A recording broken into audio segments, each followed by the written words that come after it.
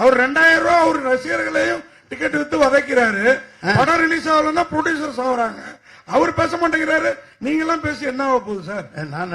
அவர் நாளைக்கு அரசியல்வாதியை வந்து என் உடம்புல ரத்தம் ஓடுது இல்லையா? மீடியாவே மீட் பண்ண மாட்டேங்கிறாரு சார். நிமிஷம், நீங்க நீங்க 2000 ரூபாய் வாங்கிக்கிட்டு அவரு சினிமா காட்டாருன்னு சொல்றீங்க. அதுக்கு பவர் இருக்குது. வாங்குறவன் வாங்குறான், குடுக்கிறவன் குடுக்கறான்.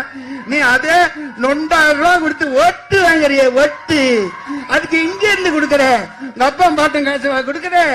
5000 ரூபாய் கொடுக்கறிய ஒட்டுக்கு ஒப்பன் தாத்தா பாட்டம் காசு கொடுக்கற. இவன் உழைச்சு சம்பாதிக்கிறான். சம்பாதிச்சு போட்டோம். வாங்க வாங்க.